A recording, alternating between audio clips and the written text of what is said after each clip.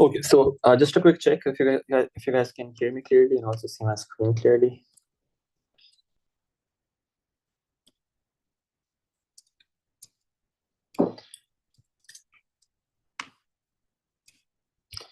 Okay.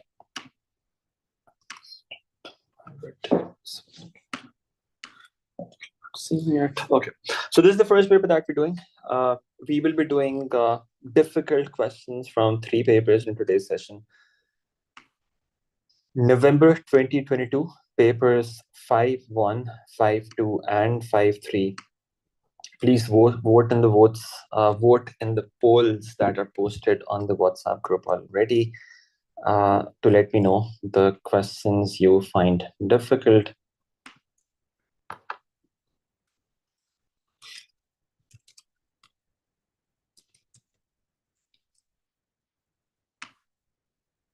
We're already done with 2025 paper, that's March 25, and then all the 2024 papers, all the 2023 papers. And now today's the last session that we're spending on this. Today's the last session that we're spending on this. Tomorrow is going to be a general Q&A session in which you can come up with any questions you might have, any last minute questions that you might have. And it's going to be a relatively longer session because tomorrow we don't have paper 3 session. It's just going to be S1. So we might be able to start a bit early as well, maybe around 7:30, 8 p.m. And then we will continue for as long as needed. You guys can come with any questions that you might have from any papers. If there's any concept that you're still struggling with, I would highly recommend to go through the revision workshop recording if you haven't already done that, because we went through every possible detail in that workshop. Have a look at the recording for that.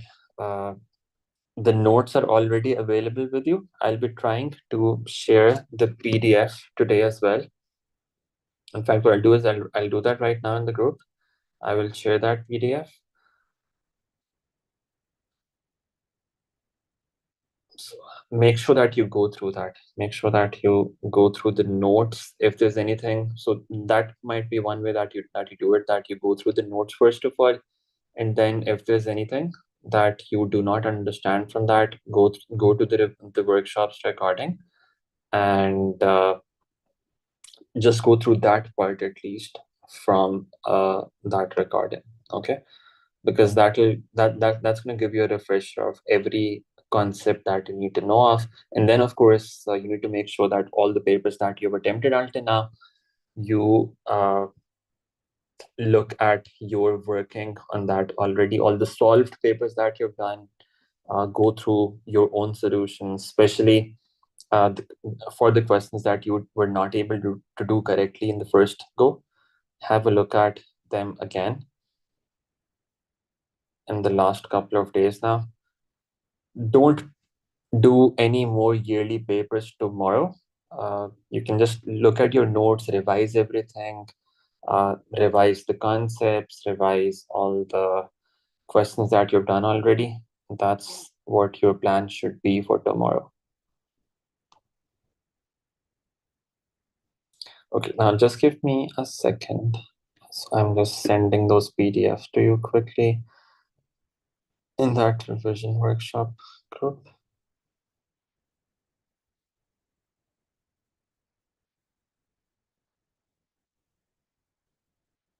Okay, so they're actually going to take some time to sync.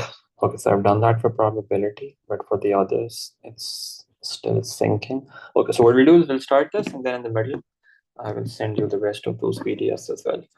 Okay, so November 2022, paper 5, variant 1. This is what we're starting with. We'll do 5.2, 5.3 as well, difficult questions from these papers. Now, from this first paper, first of all, you guys are asking about question number 4 primarily, right? That's one question that most of you have asked about from this paper. What we'll do is we will start with that. We'll start with that.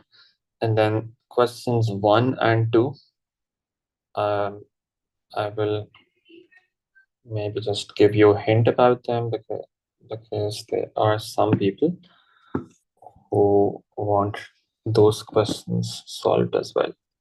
Okay, all right. So let's start with this.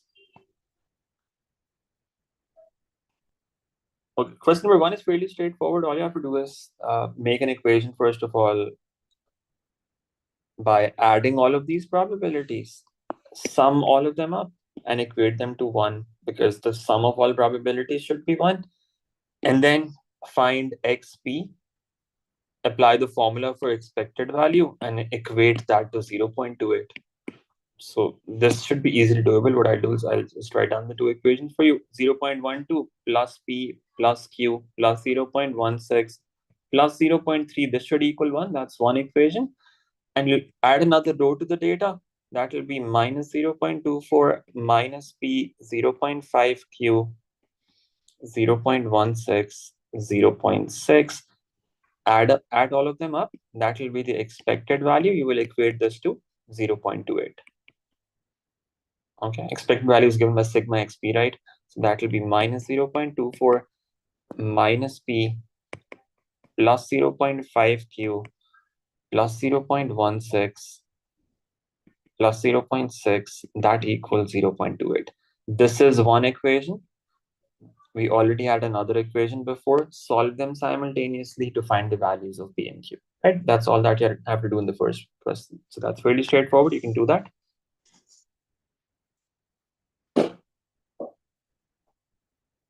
We've done these questions. We've done so many of these questions already. Is there a specific problem in this? Is there a specific problem in question number 2?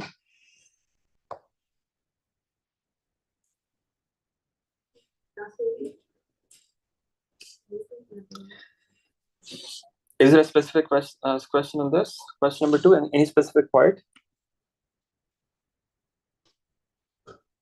Any specific part of this? Part B? Okay, that's a 5-part question. Use an approximation. If it says use an approximation, approximation means that's binomial to normal approximation, right? The original distribution has to be binomial, and we have to approximate that as normal distribution. Now, what's the original distribution? We have information about these residents. They are saying something about the reliability of their internet service. 12% rated as poor, 36% satisfactory, and 52% good. A sample of 8 residents is chosen, but now in the second part, they're saying a sample of 125 residents is chosen. Use an approximation to find the probability that more than 72 rate their internet services good. So all you have to do is I'll just make that form for you, and then you can do it after that. The original distribution is binomial distribution. We have to approximate that as normal. In the binomial distribution, n is equal to 125. Probability of success, what are we calling success here? Internet service being good. So probability of it being good is 52%. That's 0.52. That's the probability of success. What will be the probability of failure then? That will be 0.48. When you convert it to normal, you have to find the mean. So it'll say this is 125 times p N times P, right? That's what gives you the mean. You'll find the value of mean from this. You'll find the standard deviation, square root of 125 into 0.52 into 0.48. And that will give you the value for standard deviation. You'll have those two values. What you're looking for now is probability that more than 72 rate the internet service is good. So you want the probability that you have more than 72 successes. You'll do continuity correction. You think about three numbers, 71, 72, 73. Greater than 72 means 71 is not included, 72 is not included, 73 is included. So you choose the midpoint here of 72 and 73. So in normal distribution, what you have to do is you have to find this probability that X is greater than 72.5. Okay, that's the probability that you're looking for. You have to find this probability. All you have to do is convert this to Z. You'll say this is Z greater than 72.5 minus the mean value from here, divided by sigma, whatever this value is, sigma, and then find the probability from the table after converting it to standard form. Can you do it after this? Yes, continuity correction is only done when you have to go from binomial to normal. That's the only case in which you have to do continuity correction. Otherwise, you don't have to do it. This is the only case in which you do it, yes. Okay, so after this, you can do it, right? Yeah, okay, good. So you can just do it after this. Let's find the value from the table after converting it to standard form, which is probability of Z less than a positive number. Okay, so the main question from this paper that you guys are asking about is question number 4. Let's move on to that.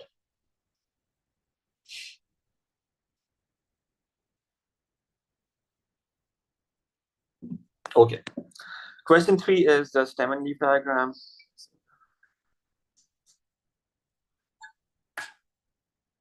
Okay, let's have a look at this. Question number 4. In a large population, the blood pressure of adults is normally distributed with mean 125.4 and standard deviation 18.6. Find the probability that the blood pressure of a randomly chosen adult is less than 132. Now, the first part is straightforward. It's a normal distribution. We have to find the probability that X is less than 132. Convert it to Z first of all. So Z is less than 132 minus the mean. The mean value is 125.4 divided by sigma, which is 18.6. And that gives you some Z value. What do you get from this? What's the value that we get? 0.3548. 0.3548. Write this to 3 decimal places. So it becomes Z less than 0.355. Now, this is already the standard form. You can go to the table, find this probability, and see what that turns out to be. Z is less than 0.355. Let's go to the table and find this probability, 355.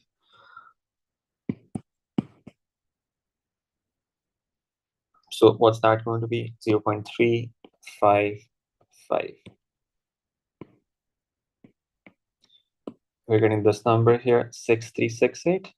And then we have to add 19 at the end.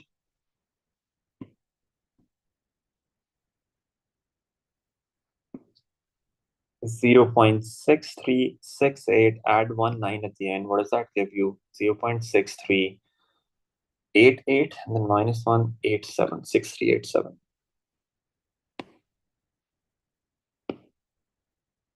0.6387, that's the probability. You can round this out to 3 significant figures, and that gives you 639. That's the probability that we were looking for. Okay, that's the first part, fairly straightforward. It was already the standard form. We did not have to change anything. We just, found the value from the table directly. Okay, let's move on. Now it says, the blood pressure of 12-year-old children in the same population is normally distributed with mean 117.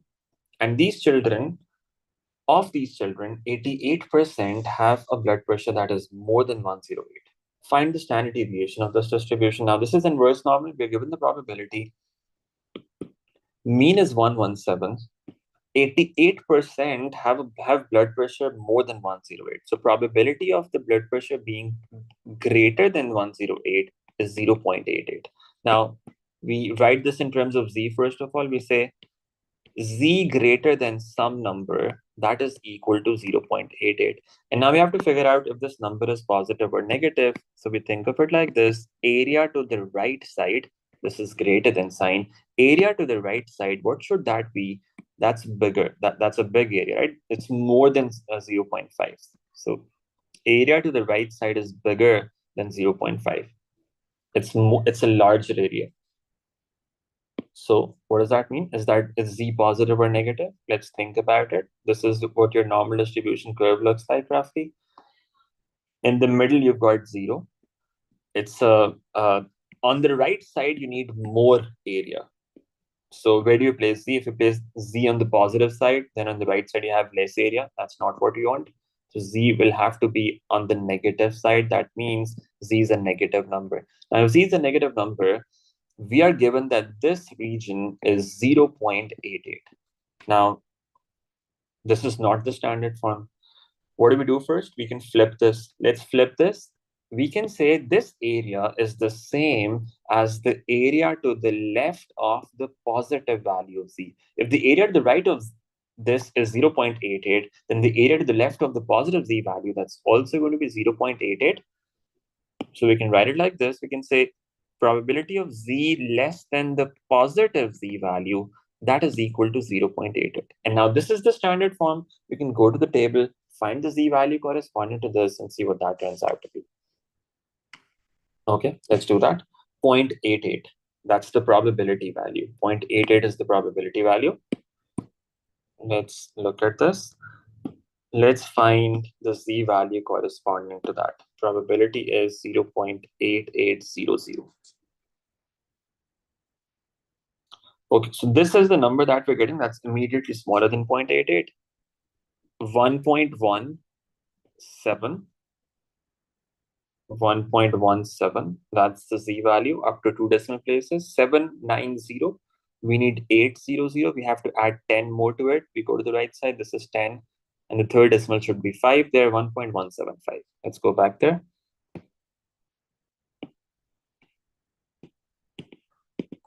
1.175, that's the Z value. But we know Z was actually supposed to be a negative value. So the actual Z value is minus 1.175. We found this value, right? But the actual Z was negative. So that's minus 1.175. All we have to do now is input values in the formula. The formula is Z equals X minus mu over sigma. Z is minus 1.175. That equals X. In place of X, we've got 108 minus the mean, which is 117 divided by sigma, and that will give us the value for standard deviation. You can see what that turns out to be. What's the value of sigma that we get?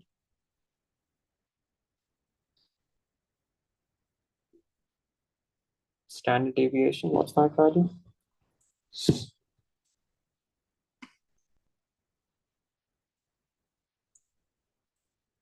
7.66 or 5. 6.6 or 6.5? 6.59. Okay, 6.6. All right. So we round that off to 6.6. Do not write 6.5. That will make you lose 1 mark.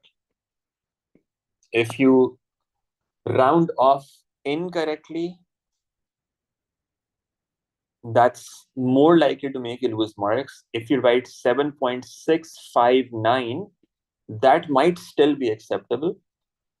But if you write 6.5, that's not acceptable because that's wrong. Okay. So if you are rounding off, make sure that you round it off correctly. Okay.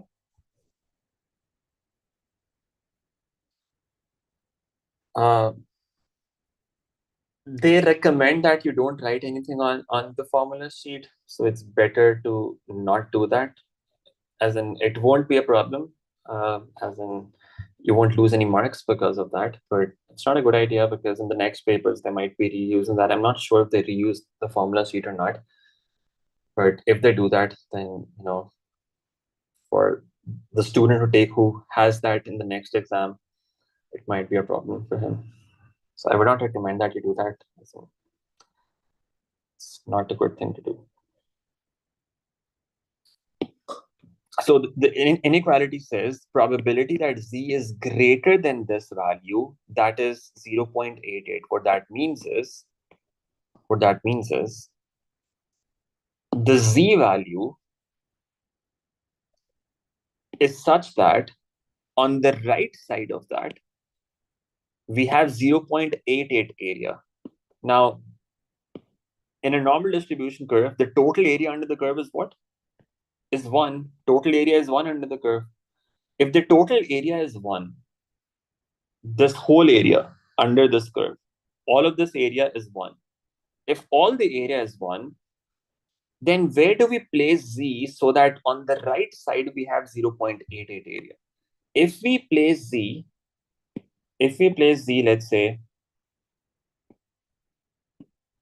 somewhere around here, let's say z is here, this value.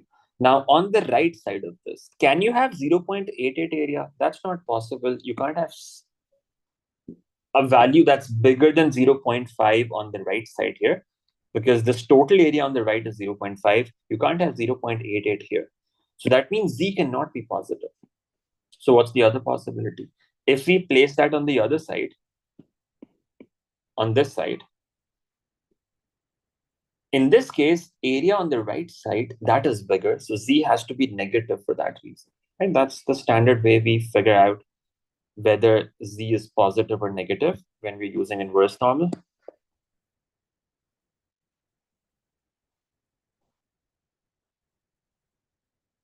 Make sense?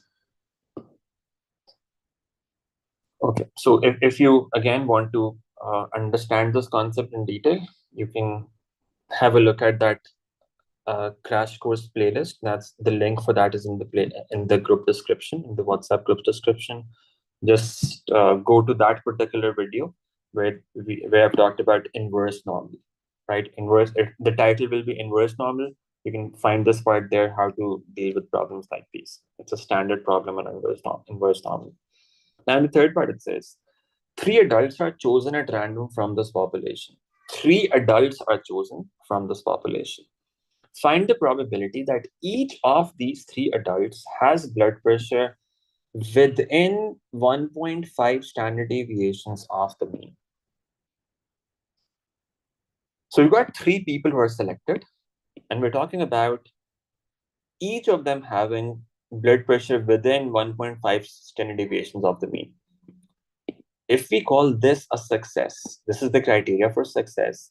This is basically a binomial distribution with n equal to 3, and this being the criteria for success.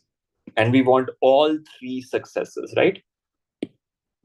All 3 of them should satisfy this condition. That means we want all 3 successes out of 3. Now, for that, first of all, we have to find the probability of success. How do you find this? Find the probability that x is within 1.5 standard deviations of the mean. Now, for problems like these, where they talk about number of standard deviations that you're away from the mean, you do not even have to use x here. You can just write this directly in terms of z. Within 1.5 standard deviations means that z is between minus 1.5 and plus 1.5. Z is between these 2 values. Okay? Z is between these 2 values. Minus 1.5 and plus 1.5. Because the standard deviation for z is 1.5. The mean is in the middle, 0. So for z, within 1.5 standard deviation means, since standard deviation is 1, it's between minus 1.5 and plus 1.5. So do not think about x in such questions. Write z directly, because z is between these 2 values. And now, let's find this probability. How do you do that? You can think of the normal distribution curve. This is what it looks like. This is what the normal distribution curve looks like. Minus 1.5 is going to be on the left side somewhere. And plus 1.5 is going to be on the right side somewhere. we want the area between these two values. This is the area that we're looking for. This is the area that we want to find out. Okay. Now, how do you find this area? Now, one way of doing this could be, since the curve is symmetrical, you could find half of this area. You could find this area, and then just multiply that by 2. So let's just find this half area and see what that turns out to be. So just find z between 0 and 1.5. And then what we can do is we can just multiply that by 2, right? So it will be 2 times this. Now, how do you find this area? From 0 to 1.5. We can say find the area to the left of 1.5, subtract from that the area to the left of 0. Now, we already know what the area to the left of 0 is going to be. We can say its probability of z less than 1.5 minus probability of z less than 0. Both of these are standard forms. At 0, we know it's going to be 0.5, right? Because 0 is the mean. On the left side, this complete area is 0.5. This is the standard form, z less than a positive number. We can go to the table directly and find this value when z is 1.5. Let's see what the probability is. 1.5, the probability is 0.9332. 0.9332. 0.9332. Now, this inner part is going to give you this orange shaded region. Multiply that by 2, and that will give you that complete shaded region. You can see what this turns out to be. Can somebody tell me what this value is?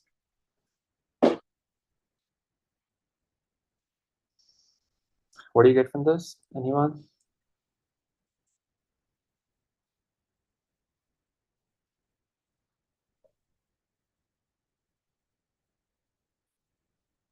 Well, that's exactly what it says here. It says within 1 standard deviations of the mean. Within 1.5 standard deviations of the mean.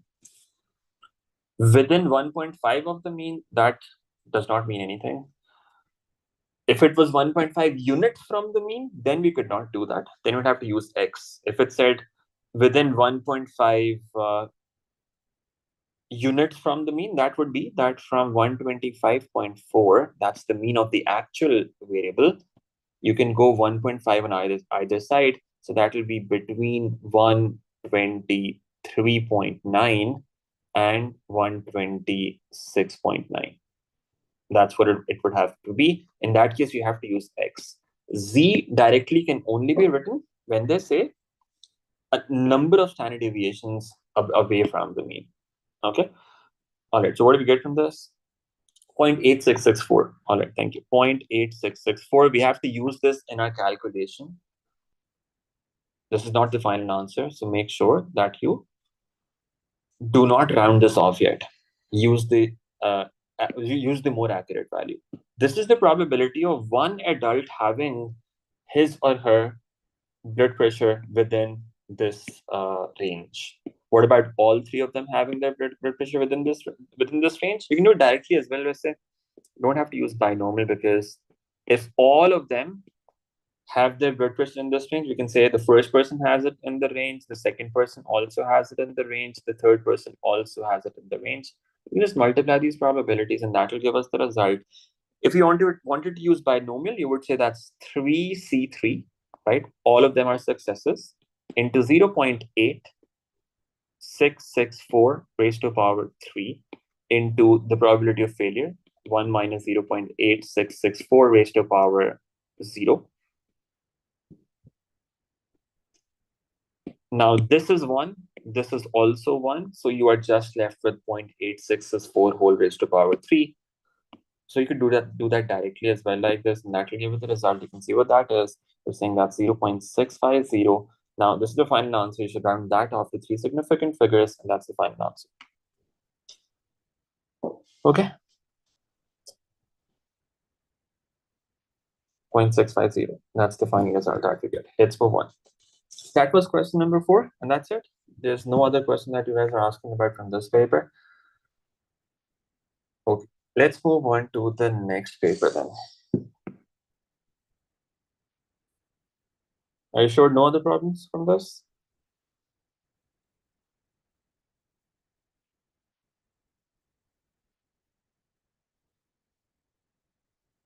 Okay. All right. Next paper then, 5-2. Let's look at this one.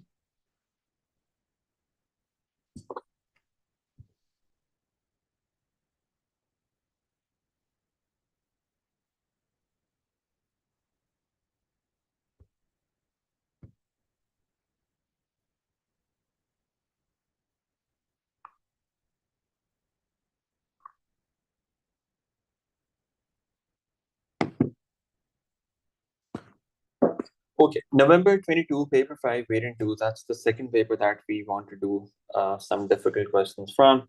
Now, from this paper, there is quite a mix. As in, there are not many votes on one single question, but it's widespread. Okay, so what I'll do is, since there are very few votes on a number of questions, what I would recommend would be that you tell me which specific parts you want me to do from this paper. 5 part B. Okay, so let's go back. Let's do question number 5 from this. This one.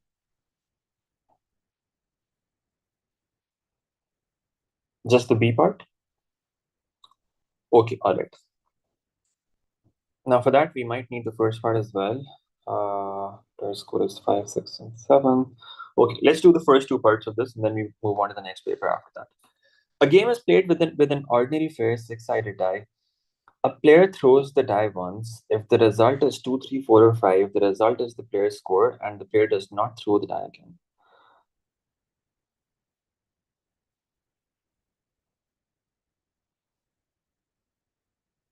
Okay.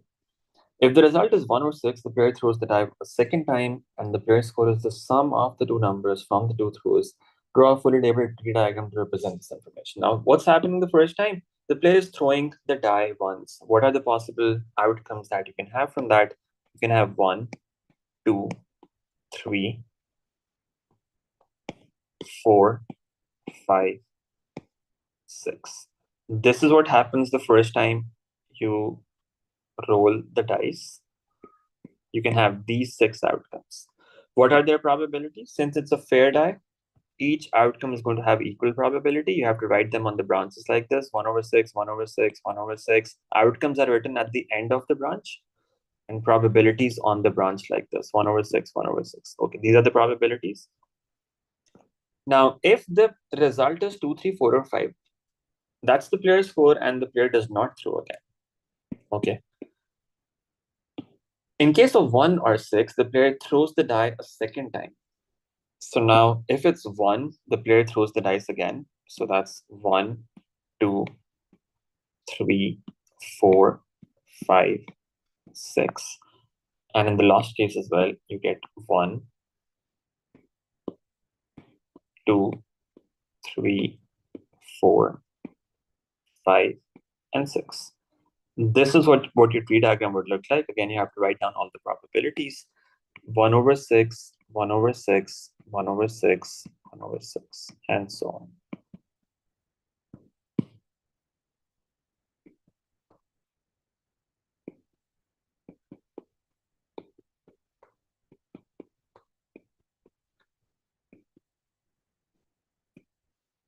Okay. Ibrahim, can we discuss them tomorrow? I'll be trying to respond to your questions in the group tonight as well. But tomorrow is going to be an open-ended session, as in you can come with any questions that you have. We'll try to start them early as well, around 7 p.m. You can bring all the questions tomorrow. I'll be here for as long as needed. Because tomorrow we're not doing any papers, right? Okay. Tomorrow is just a Q&A session. So you can come bring all your questions tomorrow, inshallah. Okay. Events A and B are defined as follows. The player's score is 5, 6, 7, 8, or 9, and B is that the player has 2 throws. Show that probability of A is equal to 1 over 3. Now, the player's score is 5, 6, 7, 8, or 9. Now, how can the player get a score that is one of these? Let's highlight those branches here. Score of 5. So remember, if the score is the sum of the two scores that he has. If it's only one time that he throws it, then that's the score. So 5, 6, 7, 8, or 9, when is that possible? You can get a 5 here with just one throw. Okay. And then you can get 1, 4. That will also be 5.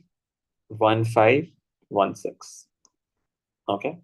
And then you can have 6, 1, 6, 2, 6, 3.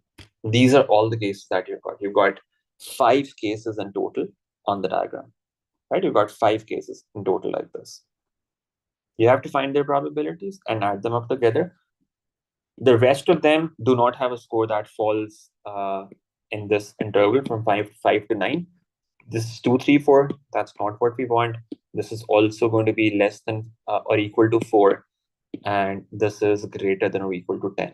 Right? So these are all the branches that we're looking at, the ones that I've highlighted. You can find their probabilities, add them up together, and see what that turns out to be. This is one branch, that is 1/6. Okay.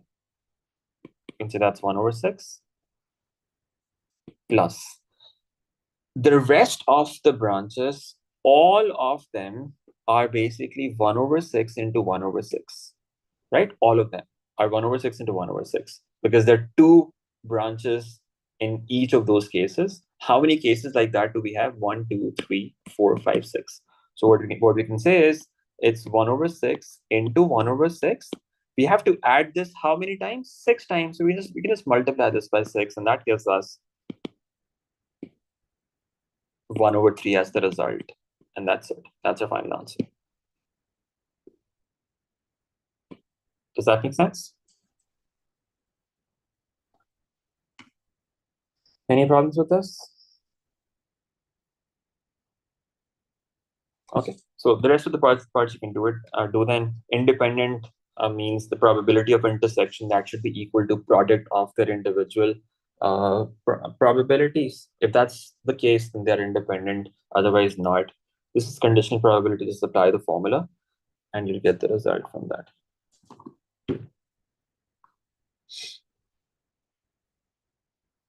Okay.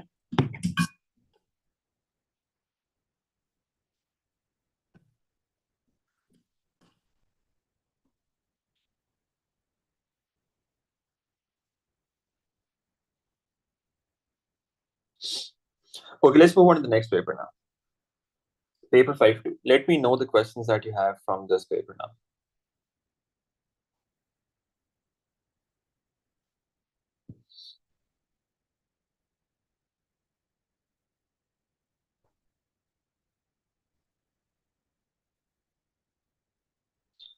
Okay, so the questions that have less votes, I would recommend, please let me know the specific parts that you want me to do from those questions, the specific parts that you want me to do.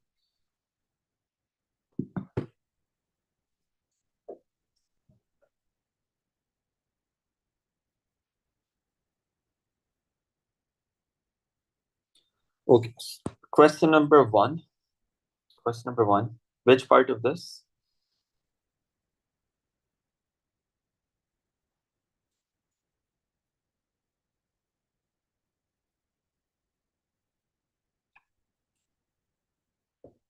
Okay, it's a short one. Let's do this quickly.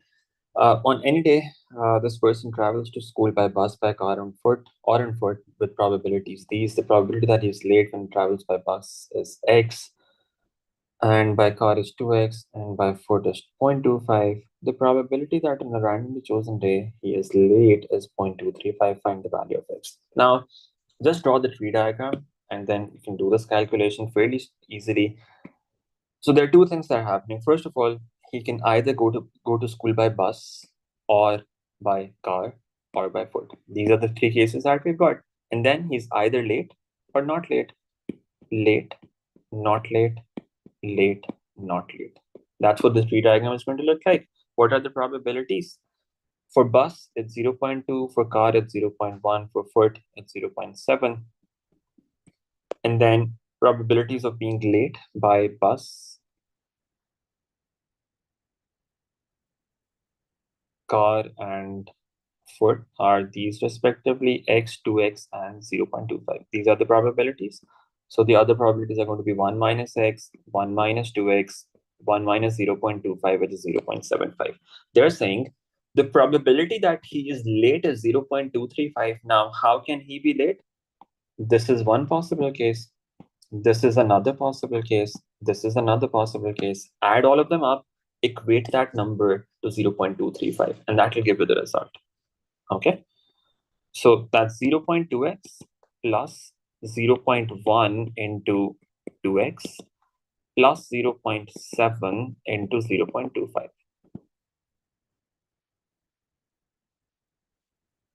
That equals 0.235, and you find the value of x from this. That was the first part. Once you have the value for x, then you have to find this conditional probability after that. That's fairly straightforward after that. Right, you can do this now. You get some value of x from this. Right?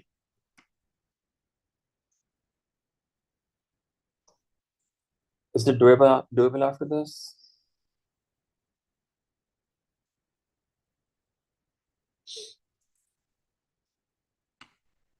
Okay, good. Let's move on. What about question number 2? Question number 2.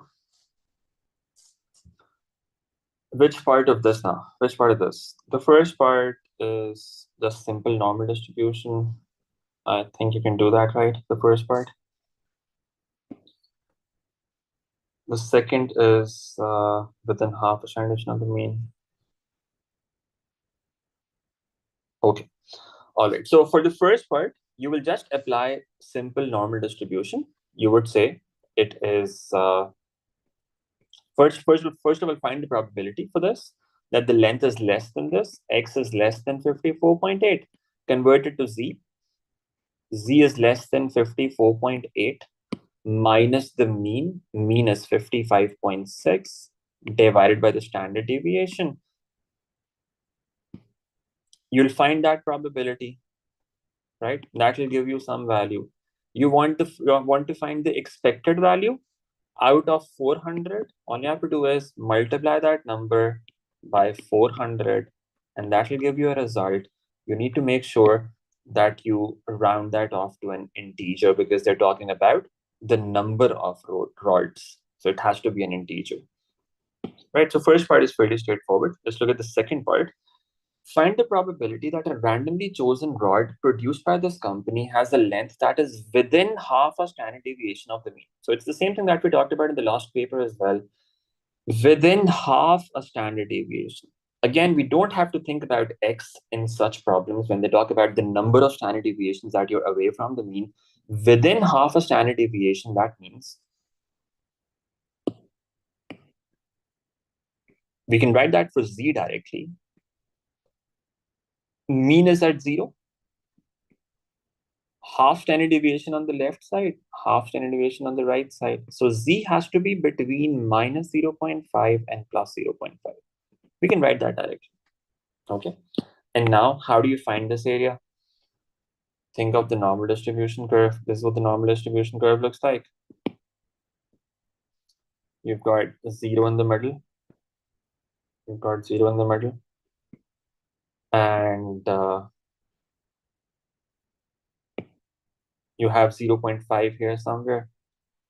Minus 0.5. And you've got plus 0.55, plus 0.55 here somewhere. And then all you have to do is find out this complete area. We do it exactly the same way as before. We can find this half area and then multiply that by 2. Why? Because this is symmetric. On both sides, we've got the same z value in terms of the magnitude. So we can just find this half area and multiply that by 2. We can see this is the same thing as saying 2 times probability of z being between 0 and 0.5. And then we can say it's the same thing as probability of z to the left of 0.5. Z less than 0.5 minus probability of z less than 0. And now we can just find this from the table. This is the standard form. You can find that from the table. Z less than 0 to the left side of the mean, the area would be 0.5. So we can write that directly. Find the probability value corresponding to 0.5 from the table. 0.5 gives us 0.6915. So 0.6915 minus 0.5, and that will give you the result. You can see what that is. Make sense?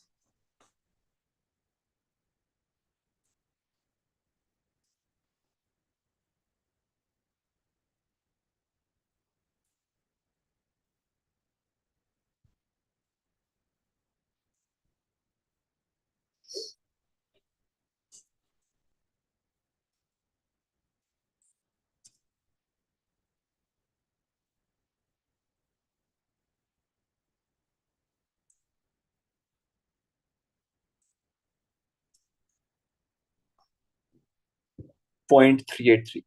That's your final answer. No problems? Okay, good. Let's move on. Okay, nobody has asked about question number 3. Okay, and also about 4.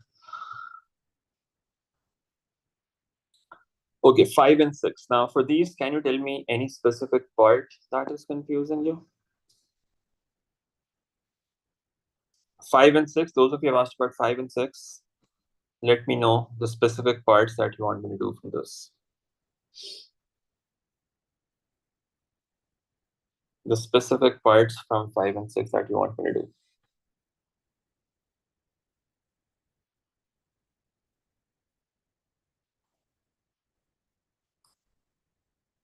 Elise, Ima, and others who voted for these, can you be specific about the part?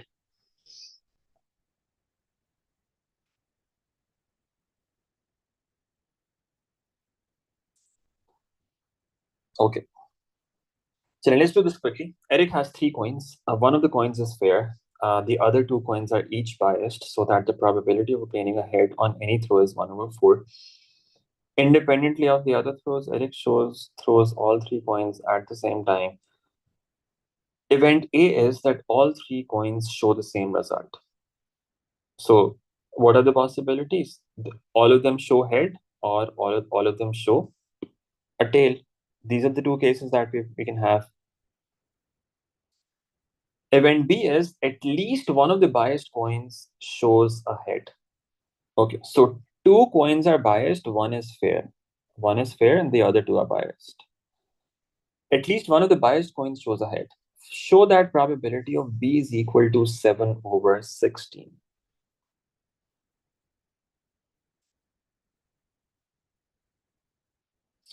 Okay, now what is the tree diagram going to look like for this? You have 1 fair coin and 2 biased coins. You can start with any of them, it doesn't matter. You can start with, let's say, the fair coin. Let's say that's the first coin that you've got. It could be a head or a tail. I'm making this tree diagram because that will help us with the next parts as well, most likely. Let's make that tree diagram. For the first one, we've got head, tail. For the second one, again, we've got head, tail, head, tail, head, tail, head, tail, and so on. Right, that's what the tree diagram would look like. What are the probabilities going to be? 1/2, 1/2 initially, and then 1/4 for heads afterwards for the biased coins, and 3/4 for tails. Right, now, you can think of the rest of the probabilities. We'll just focus on the ones that we want. At least one of the biased coins shows a head. At least one shows a head. What does that mean? It could be the first one showing head, the second one showing head, or both of them showing head. That's a lot of cases. What if we find the probability that both of them show tails? Can we find that probability? Both of them show tails. What's that going to be? On this tree diagram, the case when both the biased coins show tails, I've got 2 branches. This, 2 sets of branches, heads, tail, tail, tail, tail, tail. This is when both of them show tails. Let's find this first of all. You could also just since the fair coin does not even matter in this, they're just talking about the biased coin. In this case, so this tree diagram would actually be helpful later on. But in the first case, you could also just make a simpler tree diagram as well. And then just think about the biased coins, head, tail, for just the biased coins. And you could say this is 1/4, this is 3/4, this is 1/4, this is 3/4, this is 1/4, this is 3/4.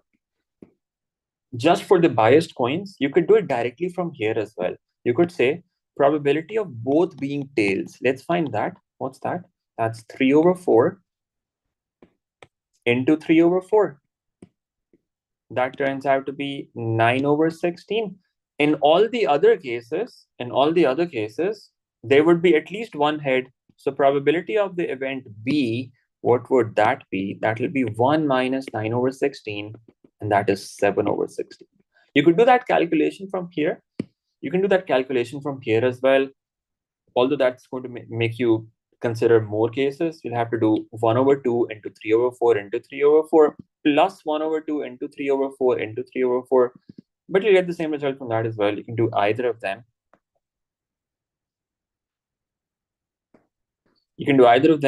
Find the probability of both the biased coins showing tails, and then subtract that from 1. In this tree diagram on the right side, I did it for all 3 coins. I made it for all 3 coins. That was not required.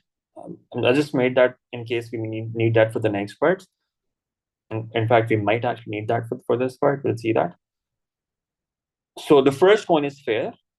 That has equal probabilities for heads and tails. The other 2 are biased. This is biased, and this is the second biased coin. Does that make sense? Okay.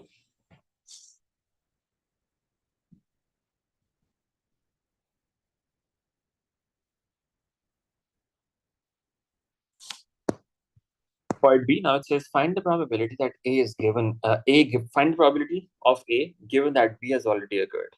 Okay, so how do you find this? We know the formula for this. Probability of A and B both happening together, A intersection B, divided by probability of the given event, which is B.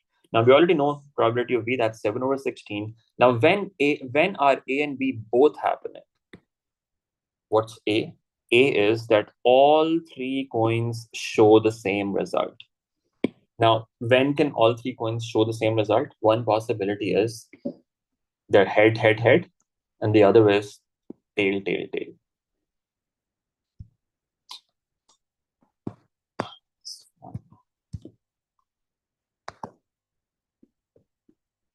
Okay. So all 3 coins can show the same result when you have head, and tail. Now, which one of those cases, or do both of those cases satisfy event B as well? Head, that's one case, or tail. That's event A. Now, what's the condition for B? Condition for B is at least one of the biased coins shows a head. Tail does not satisfy that condition. So the intersection is only going to be head. This is not part of the intersection. So in the numerator, we would just have the probability of head. What's that? Head. That's 1/2 into 1/4 into 1/4. And that is 1/32. That's what you input in the formula, 1/32 divided by probability of B, that's 7/16. And that will give you the result. You can see what that is. That's 1/14. That's the probability that we were looking for. Is that okay?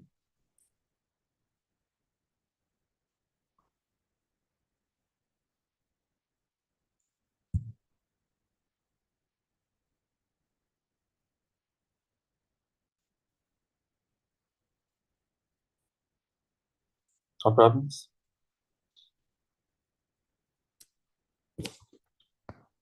Now it says the random variable x is the number of heads obtained when Eric throws 3 coins. Draw up the probability distribution table for x. Now this is where that tree diagram is going to be helpful now. The one that we made for all 3 coins. Let's just take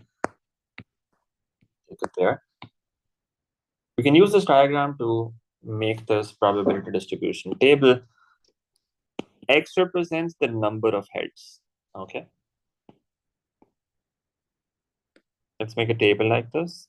The first row represents x. The second represents probability of x. What are the possible values of x that we can have?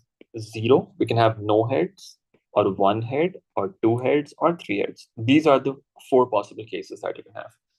0 heads, what does that mean? All tails.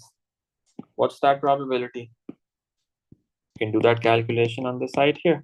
1/2 into 1/2 into 3/4. You can do this calculation on the tree diagram as well. That's okay.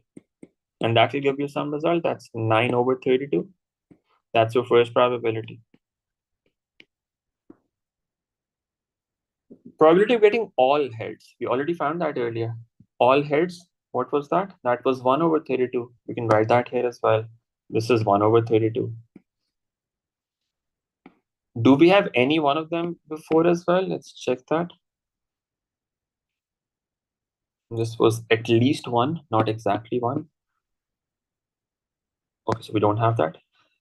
Okay, 1 head. What are the possible cases for that? 1 head.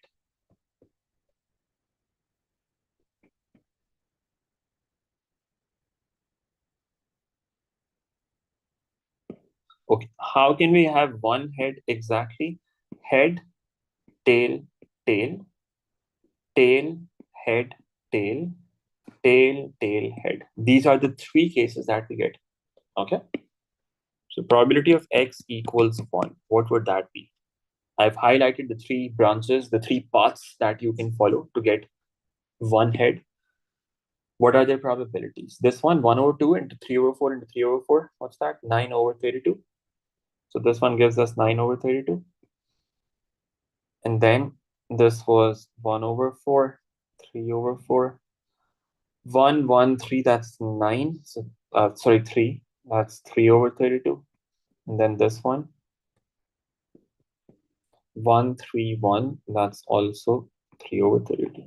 So probability of x equals 1. That is 9/32 plus 3/32 plus 3/32. And that turns out to be 15/32. Now, I would recommend that you find it for x equals, sorry, this is for 1. You find it separately for x equals 2 as well, because that will confirm your answers. Find it for x equals 2 now. 2 heads.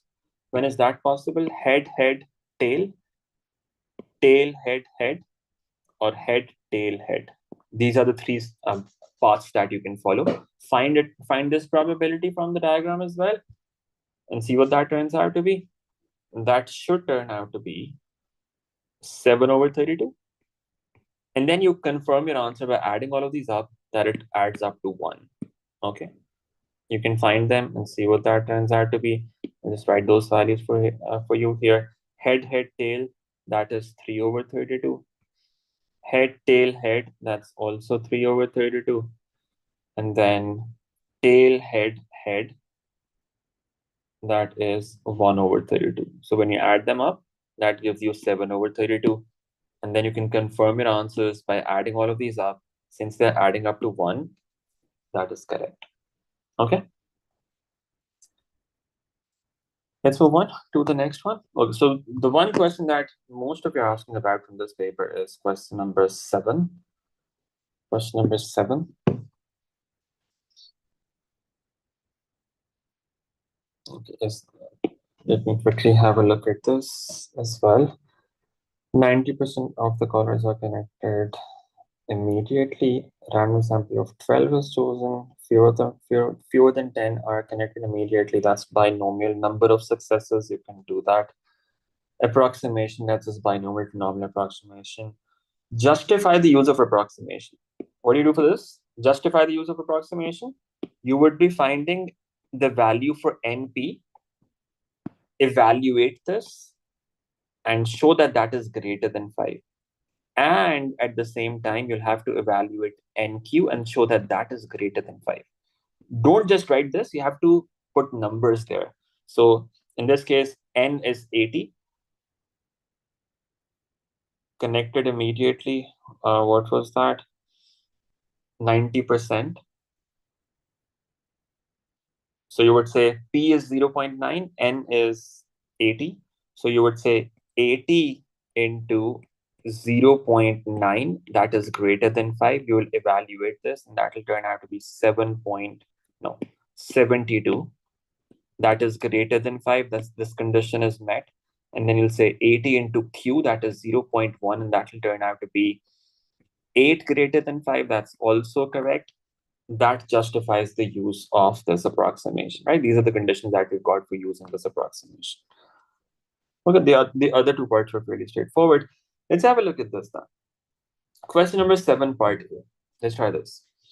It says find the number of different arrangements of the 9 letters in the word alligator in which the 2 A's are together and the 2 L's are together. How do you think of problems like these? You put them in a single box, the objects that you want together.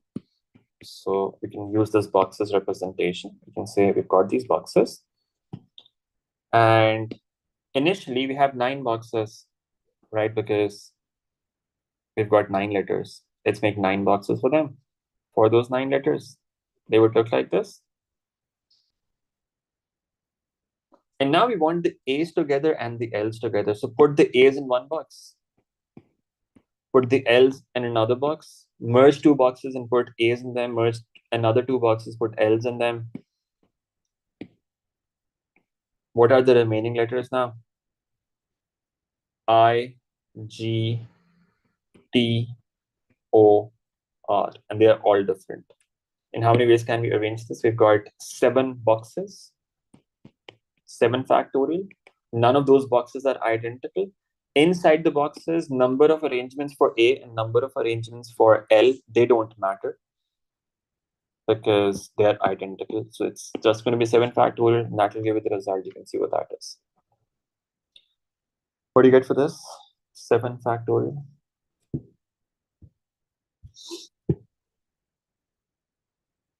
$5040. 5040. That's the first part. Okay, so that was pretty straightforward. Now, what about the next one? The next one says the 9 letters in the word alligator are arranged in a random order. Find the probability that the 2 L's are together and there are exactly 6 letters between the 2 A's. Now, this is arrangement. We have to find the probability of a certain arrangement. We can find the number of arrangements that satisfy this condition and then divide that by the total number of arrangements without any condition. So let's find the number of arrangements that satisfy this condition first of all. Let's think about it. How do we think about it? We can make a big box like this, right? That's one of the standard methods that they are testing again and again in recent papers. Having a certain number of objects between 2 objects. So initially we have 9 boxes, right? But then they're saying the 2 L's are together and there are exactly 6 letters between the 2 A's. Exactly 6 letters between the 2 A's.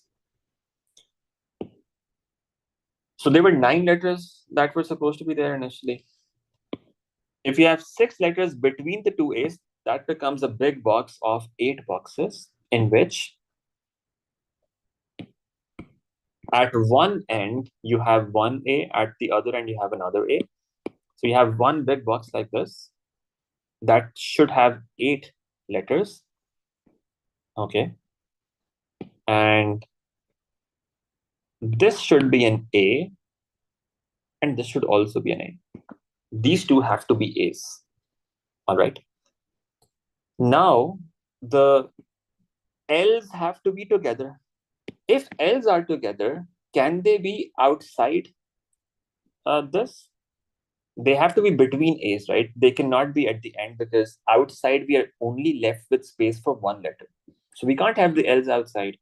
The only possibility is that we have them amongst these 6 letters in the middle. So in the middle now, we've got 6 letters. However, the L's have to be placed together. So we can put them in one single box like this. How many boxes are we left with then? This is one box, and then we want 5 other boxes. No, there were 6 initially. So we want 4 other boxes for the remaining letters. And these are the remaining letters inside. Right, that's what the situation is right now. Okay. Now, in how many ways can we arrange this? That's the question. Now, the remaining letters that we've got, how many remaining letters do we have? We've got I, G, T, O, R. There's no repetition in the remaining letters. They're all different. The remaining letters are all different. In how many ways can we arrange this now? We can think about the bigger box first of all. This one big box and this one big box, as in the black boxes that you see. In how many ways can you arrange those black boxes? 2 factorial ways. Right? Those black boxes, they can be arranged in 2 factorial ways, first of all. Now, once that is done, what about the letters inside here? In how many ways can these be arranged? And in how many ways can this number outside be there? So out of these 5 letters, 1 has to be outside, and then the remaining 4 have to be inside. So what we can think of is, let's put one of these letters outside first of all, so that we know which letters are going to be inside. In how many ways can we select one letter for this box outside the 2 A's? In how many ways can we select that? There are 5 letters. We want one of them to be placed outside here. We can say that's 5C1 or just 5. There are 5 different ways of selecting this letter, right? Of putting one letter here. There are 5 options that we've got for this letter. So once one of those letters goes here, now we think about this inner box. These 5 boxes that we've got, in how many ways can we arrange them? There are 5 of them. They're all different. We can arrange them in 5 factorial ways. These 5 boxes then. Apart from the A's, let me see if I can use a different color here. I'm talking about these boxes. Between the A's, you can arrange them in 5 factorial ways. So these boxes can be arranged in 5 factorial ways. And that should give you the result. Arrangements for A's don't matter because they're identical. Even if they switch places, that does not change anything.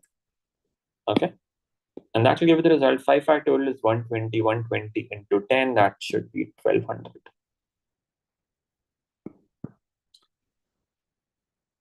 For the outer one, you can do 5p1 if you want. That's also okay. 5p1, you can do that. 5p1 is also 5. You can also do 5c1 in this case. When you're selecting one letter, it doesn't matter if you do 5c1, 5p1, or just 5. They're all the same. You can do 5p1. That's also logical, makes sense. That gives you 5 as the result as well. Is that okay?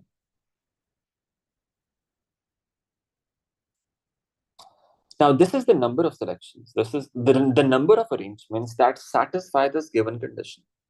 Okay? They wanted probability. Now, what's the total number of arrangements without any conditions? Let's find that. Total arrangements without conditions, without any restrictions. There are 9 letters, that's 9 factorial, divided by 2 factorial for the 2 A's, 2 factorial for the 2 L's, and that will give you something. What about this? What's this number? 90720. And now you can find the probability, see what that turns out to be. Number of favorable outcomes divided by the total number of possible outcomes.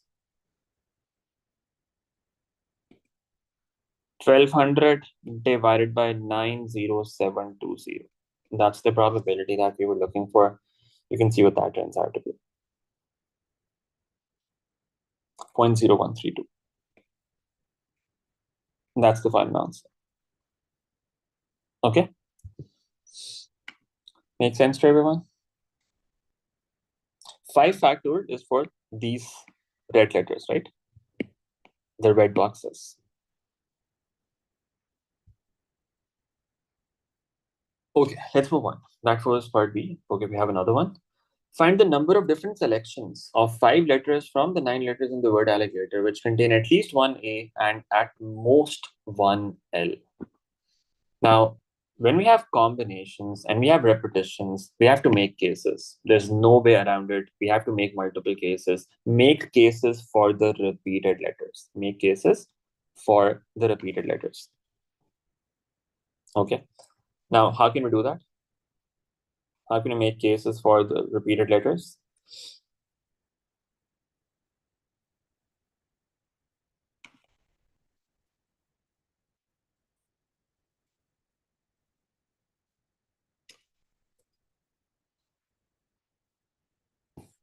There are 2 letters that are repeated. One is A and the other is L. Make cases for them, right? We're talking about number of selections.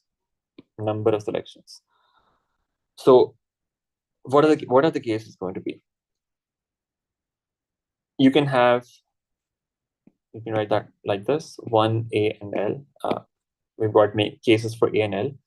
We have to select 5 letters, right? So 1, 2, 3, 4, 5. Now, one case could be we've got 1A and 0L, at most 1L, at least 1A. With 1A, you can have 1L, and then you can have 2As. With 2As, you can have 0L. With 2As, you can have 1L. These are the only 4 possible cases that you can have. Okay. Now, if you have 1A, then the remaining 5 places are still empty. What are the remaining letters that we've got? The remaining 4 places are empty.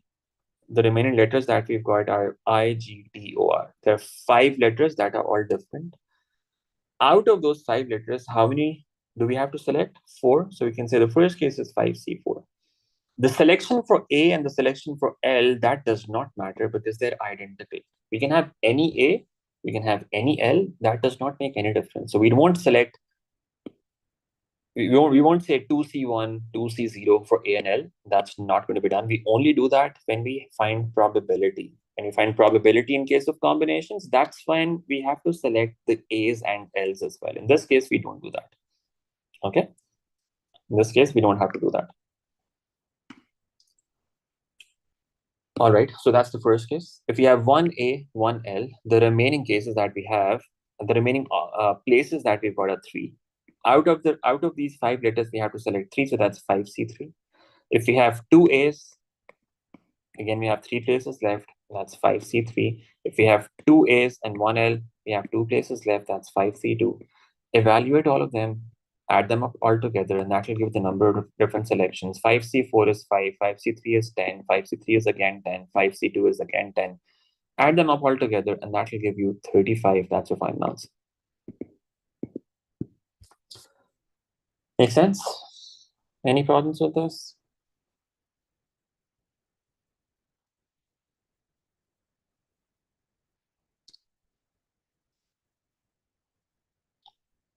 For probability, yes, you can write fractions as well. Generally, it's actually preferred that you write simplified fraction in probability. So yes, you can write fraction as well or decimal as well. Both of them are fine. Yes, Nabia?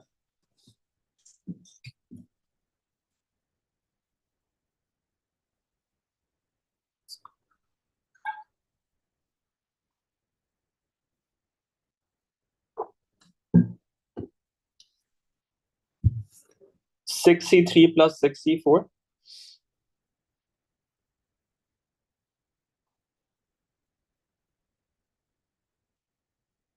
Yeah, so that's more efficient. That's more efficient. But that will be confusing for most people. Uh,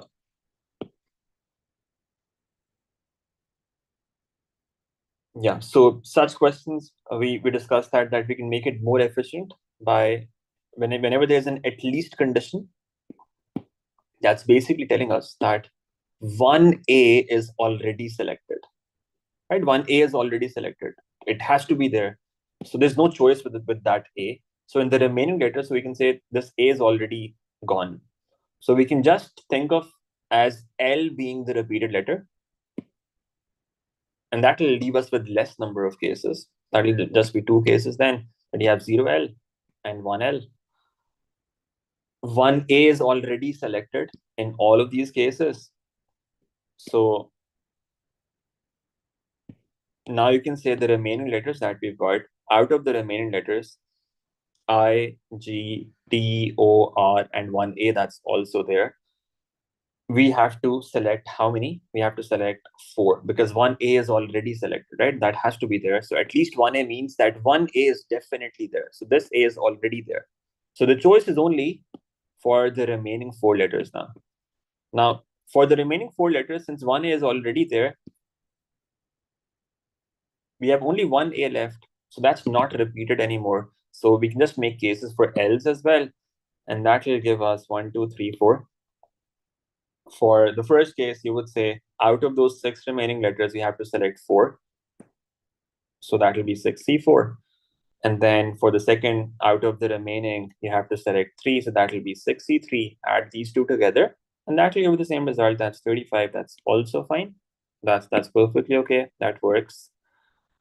If you understand that, that's great. If not, don't worry about this. I would recommend, unless you're very sure what you're doing,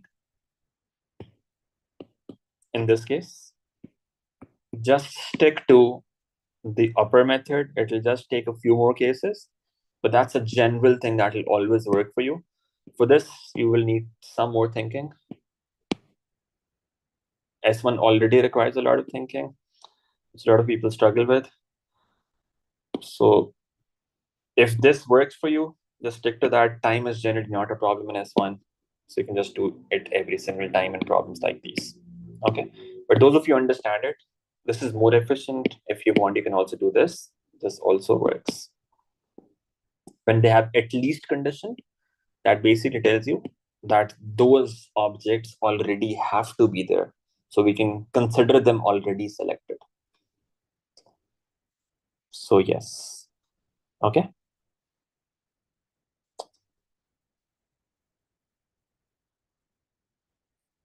All right. So that was the last question from this. Let's move on to the next paper. That's the last paper that we're doing.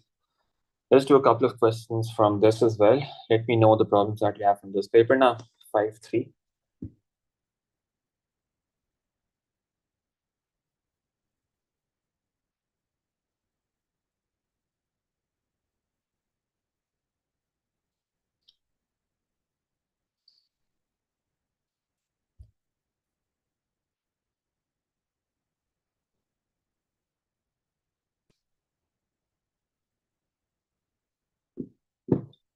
Okay. Last paper. November 22, paper 5.3. Let me know the questions that you have from this paper now.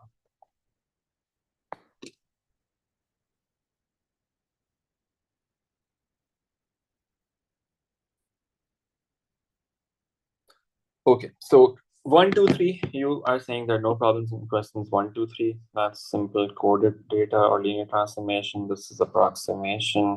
This is representation of data.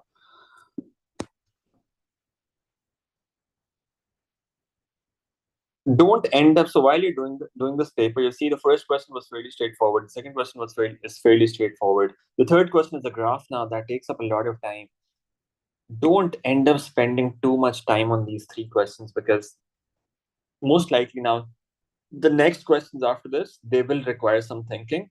And a lot of times what happens is you end up spending too much time on these earlier questions, which are relatively easier, and you don't have enough time then for the next questions after that.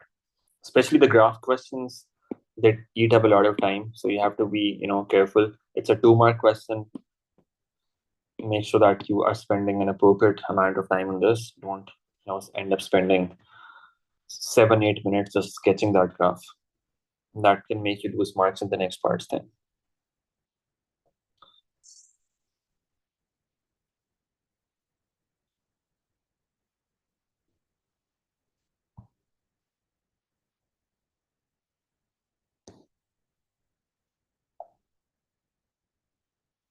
Okay, let's go through these questions quickly. Now, those of you have asked about questions 4 and 5, I would appreciate if you can let me know the specific parts. Questions 4 and 5, let me know the specific parts that you have problems in.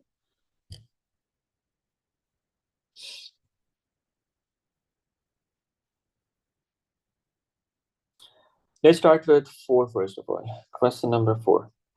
It says 3 fair 4-sided spinners each have sides labeled 1, 2, 3, 4. The spinners are spun at the same time, and the number on the side on which each spinner lands is recorded. X denotes the highest number recorded.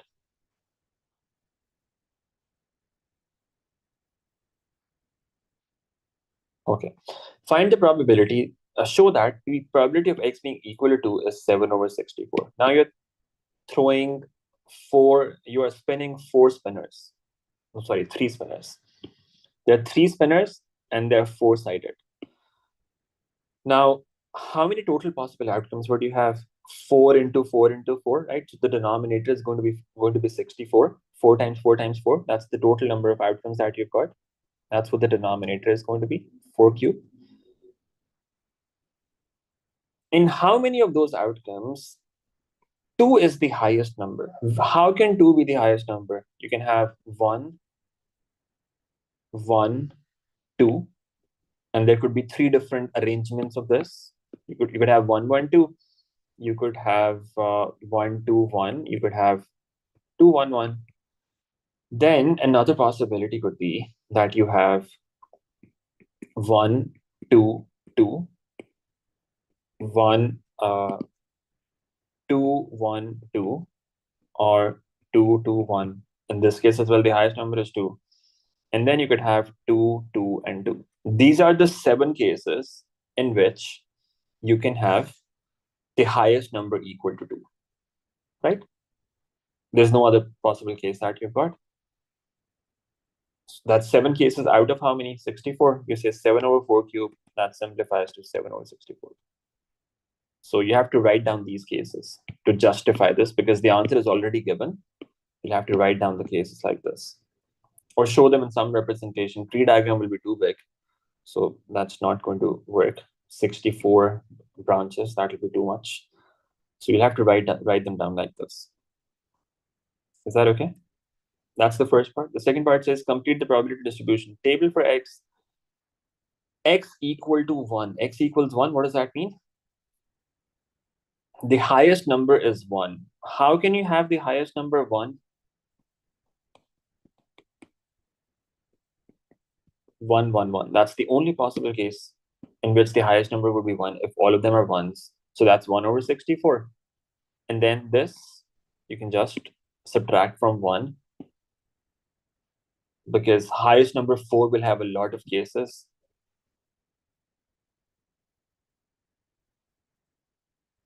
So it's a good idea to just do 1 minus this, and that will give you the result. That's why they've given you the other probabilities, because otherwise this will be too much to calculate manually.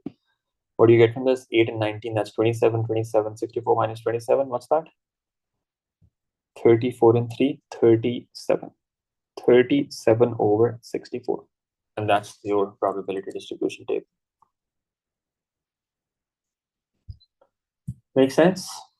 S1 has also been leaked in region 4. What should we do? What you should do is just prepare for your exam. If somebody sends it to you, report them. That's what you should do. Okay, do not spread it. Do not spread it. Only send it to, if you get something, first of all, you should not be on the lookout for that. Ignore these rumors if found it yourself. If somebody has not sent it to your WhatsApp specifically, just ignore the rumors. It's not necessary that they are true. Do your own preparation. Mostly when papers are leaked, it's the night before. It's extremely unlikely that they get leaked 2 days before. So most likely they will be fake rumors, people trying to scam students, getting money out of them. Ignore them. Okay, even if it is true, don't be on a lookout for that. If you get a hand on that for some reason, somehow, right away report the person who sent it to you, or whoever you know is spreading it, just report them right away, so that in case it is actually true, they come up with a backup paper and you don't have a problem with your grade eventually. Okay, now most people in A2, they're given S1 and P3. AS papers are already leaked. You don't want that same situation with you guys. You have a bigger problem because you have, your university coming up. If it gets leaked, you will be in trouble. Your university start date might get affected. So you have to be very vigilant about it. Do not spread rumors. Do not, if you get something, right away report the person and send the paper to British Council, send it to their social media account, send it to the email, do that right away. That's what you should do. And apart from that, just focus on your own preparation. Don't get distracted. They'll hopefully do something for composite students as well. Let's pray that something good comes out of it.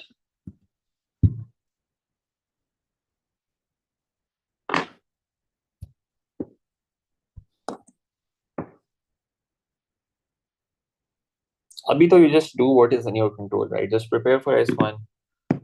Don't think about these rumors. Don't discuss them. Just prepare for your own exam. Okay, so that's what you get for this probability distribution table. Now they're saying on another occasion, one of the fair four-sided spinners spun repeatedly until a 3 is obtained. You're doing something repeatedly until you get your success. Does that remind you of something? That's geometric distribution. Obtaining a 3, that's the criteria for success. Only one spinner is spun. So what's the probability of success? 1 out of 4, getting a 3. Probability that you get your first success in the 6th outcome, what would that be? In fact, I think I'll just skip these parts. These are fairly straightforward. I'll do them very quickly. Just apply the formula. X equals R, that is Q raised to power R minus 1 times P. Just input values in the formula. Q is 3 over 4. You can say this probability is 0.25. Probability of success is 0.25. This is geometric distribution, right? We're talking about the number of times you have to spin the spinner until you get your first success. And that will give you something 0.75 raised to power 6 minus 1. That's 5 into 0.25. You'll get your result from that. Greater than 4. You use the greater than formula. What's the greater than formula? X greater than R, the probability of that is Q raised to power R. Right, so this becomes 0.75 raised to power 4, and that will give you the result. You can see what these values turn out to be. Have you guys done this?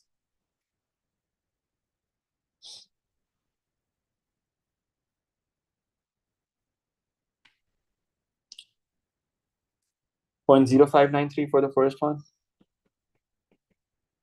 and the second one.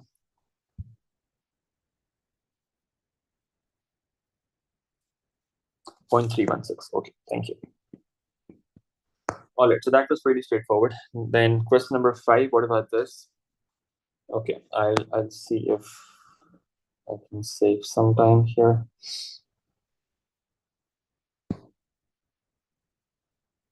This is inverse normal. More than this.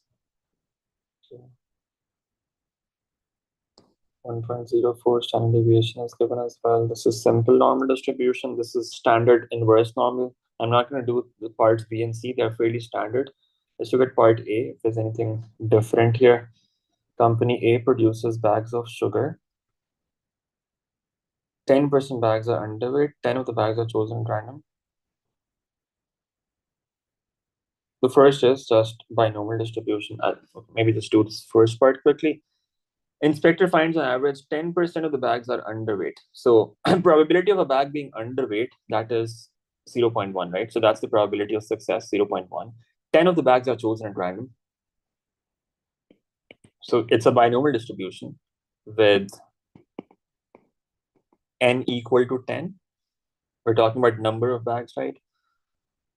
probability that fewer than 3 are underweight, fewer than 3 successes, less than 3 successes. Probability of success is 0.1, probability of failure, that is 0.9.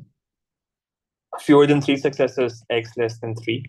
You just find the probability of x being equal to 0, plus probability of x equals 1, plus probability of x equals 2.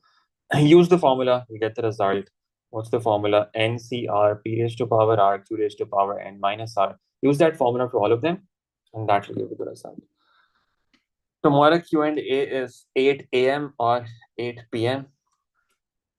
I thought that was obvious. Do you think these guys are going to wake up at 8 a.m.?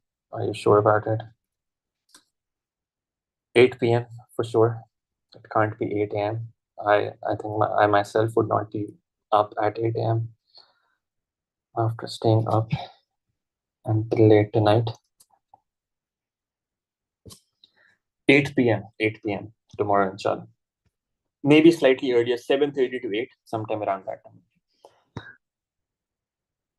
Okay, normal distribution. The second and third parts are fairly straightforward. I'm going to skip them. Let's look at question number 6 from this. It says, find the number of different arrangements of the 9 letters in the word activated. How can we do that? 9 factorial divided by, we've got 2 A's, so that's 2 factorial. And then 1, 2 T's, another 2 factorial. That's it, right? That will give it the result, 90720. That's the first part. Okay, now it says, find the number of different arrangements of the 9 letters in which there are at least 5 letters between the 2 A's. At least 5 letters between the 2 A's, that means it could be more than 5 as well. That's also possible. There has to be at least 5. Now, how do you think about this?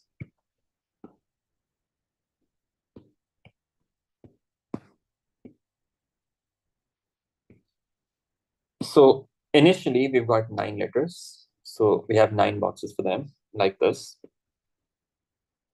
But now they're saying, between the 2 A's, we want at least 5 letters between the 2 A's. So how many letters does that make it in total? 5 letters and then 2 A's. That's 7 letters in total. We can make a big box of 7 letters that has the 2 A's at the ends.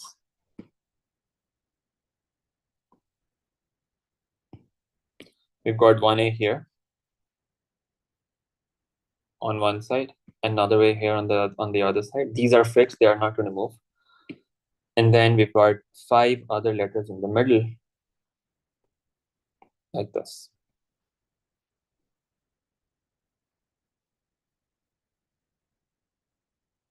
And we've got 2 letters outside this big box. Now, how do we think about this?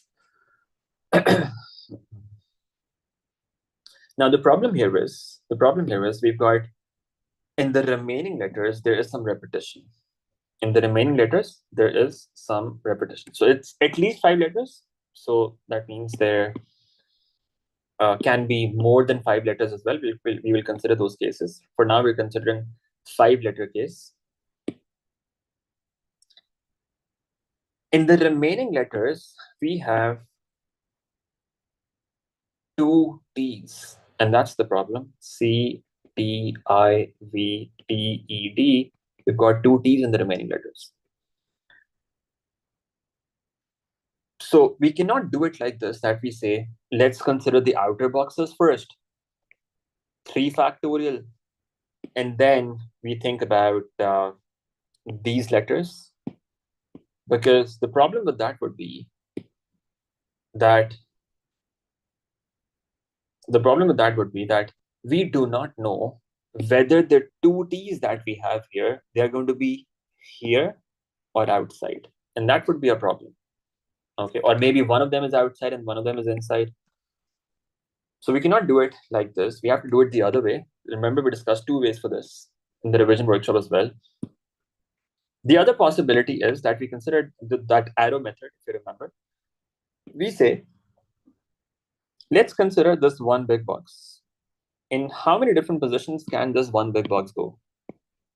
This is its current position. This is the current position. It can either be here, or it can go, or this big box, this can go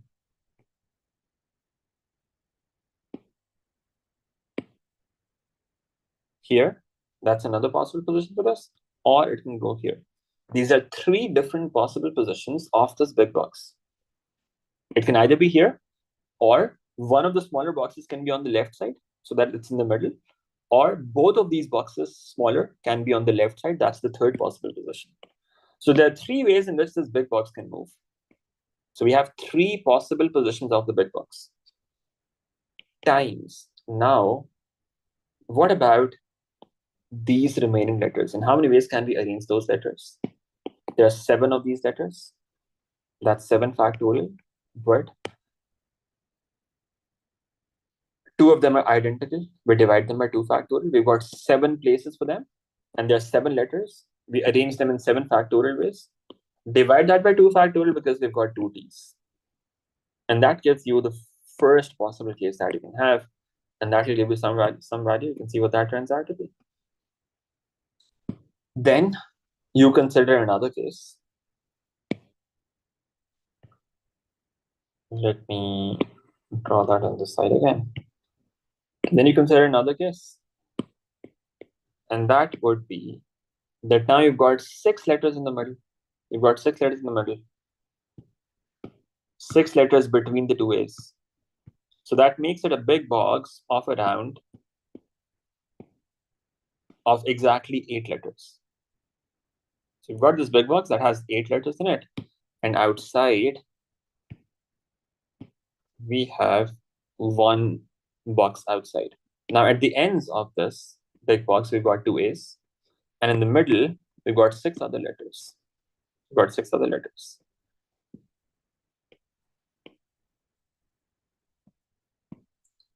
Now again, this big box that we've got, in how many ways can we move this? It can be in its current position, or it can be here, such that the single box is on the left side. So there are 2 ways of placing this big box. So we have 2 outside for that. And then the letters inside, there are going to be 7 remaining letters. 1, 2, 3, 4, 5, 6, 7. We've got 7 remaining places. That's 7 factorial over 2 factorial. And that will give you a result. And then the last possible case in which you've got 7 letters between the 2 A's. That's the last possible case that you can have. Now, you don't necessarily have to draw this. Just think of it like directly now. Once you've made one drawing, then the rest of them you can just infer from that if you want. So now in this case, we just have one big box in which we've got A's on the sides. We've got A here, and we've got A here. And in the middle, we've got the remaining 7 letters. In how many ways can we arrange them? For the big box, we cannot move it in any other position because that's the only big box that we've got. There's no other box that we have outside. So that's just one possible position for that. Times the letters that are left, 7 factorial over 2 factorial. And that will give you something. You add them up all together, and that will give you the final result. You can see what that turns out to be. You can do this directly on a calculator as well now, because that's 3,216 times 7 factorial over 2 factorial, and that will give you the result. You're telling me this is 7560, 5040,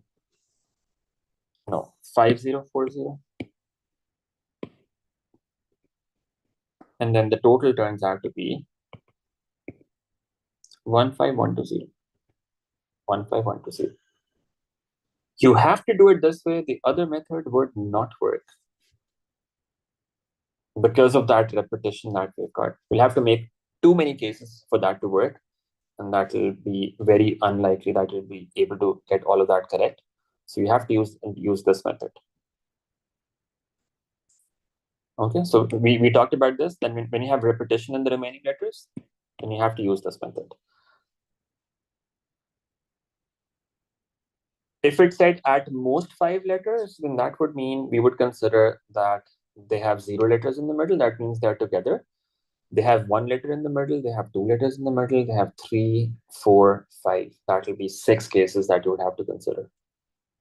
If it said at most 5, yes. Okay.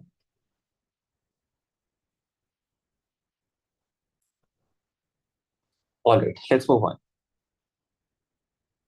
No. You cannot subtract this from 1. This is not probability that we're talking about. This is number of possible selections.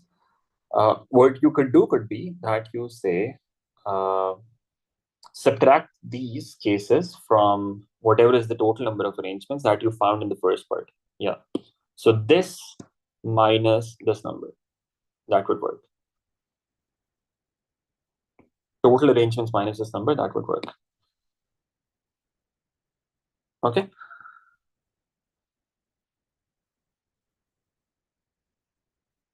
All right, let's move on. That was part B. Now it says 5 letters are selected at random from the 9 letters in the word activated. Find the probability that the selection does not contain more T's than A's. More T's than A's. Now, notice they're talking about probability. So are those conditions met that we talked about? They're talking about probability, number 1. They're talking about combinations. We're talking about selections, right? So that's combinations. And there is repetition. There is repetition. Those conditions are met. Remember what we used to do in this case? Treat all letters as different. Treat repeated letters as different. When they ask about probability, they have to be treated as different. Okay, to equalize their probabilities. That's what we have to do. Now, we've got 3 different kinds of letters now. We've got A. There are 2 A's that we've got. There are 2 T's that we've got.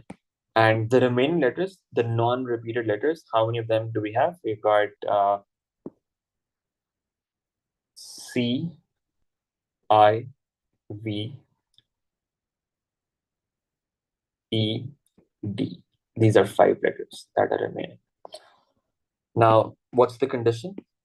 The condition is there should be no, the selection does not contain more T's than A's. And we have to select 5 letters in total.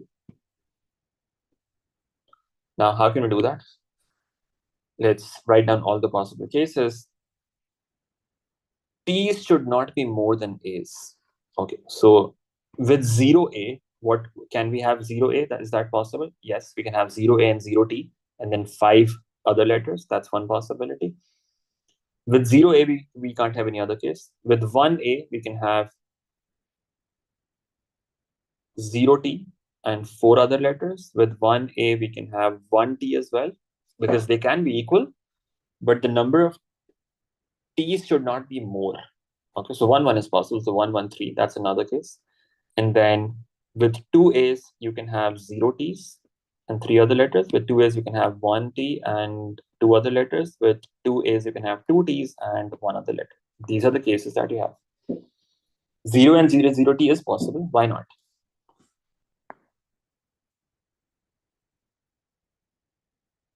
Zero A and 0 T, that does satisfy the condition, because we still have 5 other letters that we can choose from. So that is possible.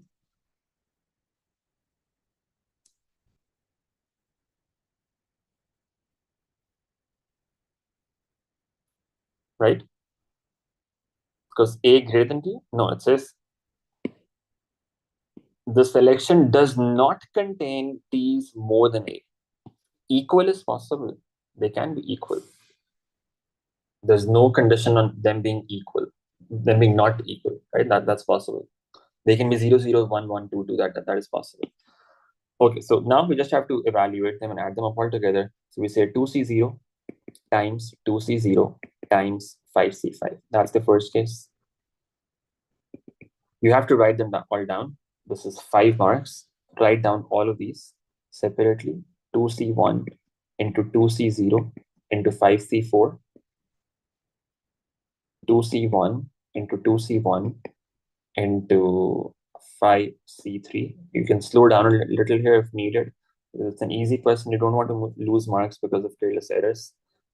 2C2 into 2C0 into 5C3. 2C2 into 2C1 into 5C2.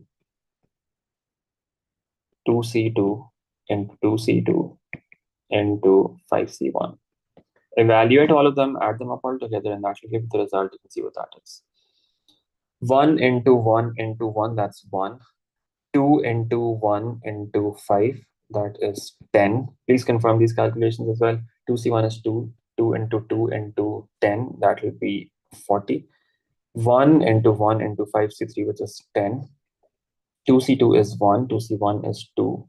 2 into 10, that is 20. And then 1 into 1 into 5, that is 5. Add them up all together, and that will give you the result. You can see what that is. We want to find the probability, right? So that's not the final answer yet. See what that is. 60 and 85, 86. 86. Okay, that's the number that we're getting. If we were asked to find number of selections, number of possible selections, then we would not do this part. Then we would have to consider the A's and T's identical. We would only be doing this. Okay, we'll have the same cases, but we will not be selecting A's and T's in that case. Now we can find the probability. What's the probability going to be? The numerator is 86. Denominator, out of 9 letters, we have to select 5. That's 9C5. And that will give you the result. You can see what that is.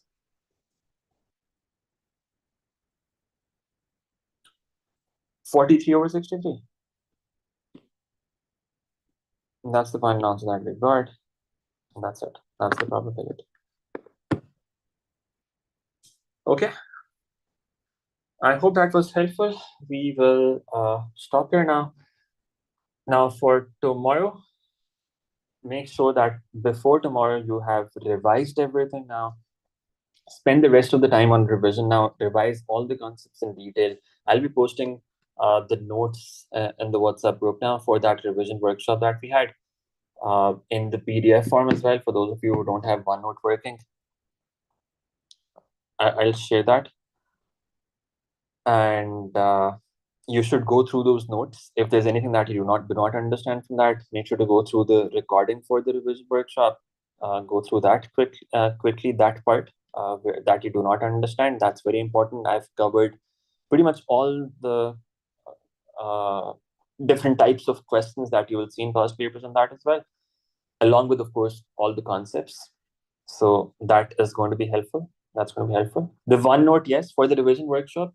In the revision workshop group, if you see, let me see if you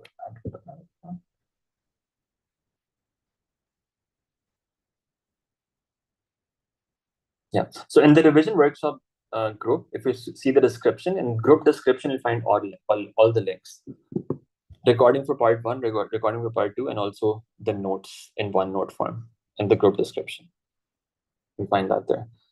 Yes, I'm trying to do that. I'm trying to do that. That I send the PDFs for them as well, and hopefully I'll do that in 15-20 minutes, inshallah, or maybe a bit more. But before 12 p.m., before 12 midnight, I will do that, inshallah.